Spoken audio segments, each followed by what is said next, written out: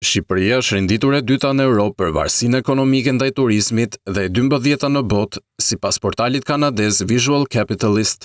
20% i prodhimit të brendshëm dhe rritjes ekonomike lidhet me turistët në vendin tonë, teksa mikroshteti i Andorrës renditet e parë në botë me 71.8% të GDP-s të zënë nga turizmi. Shqipëria ka posuar një rritje të kësaj varësie me 11.4% në 6 vitet e fundit, të dhëna këto të publikuara edhe në platformën informative për 200 vende të botës, The Global Economy.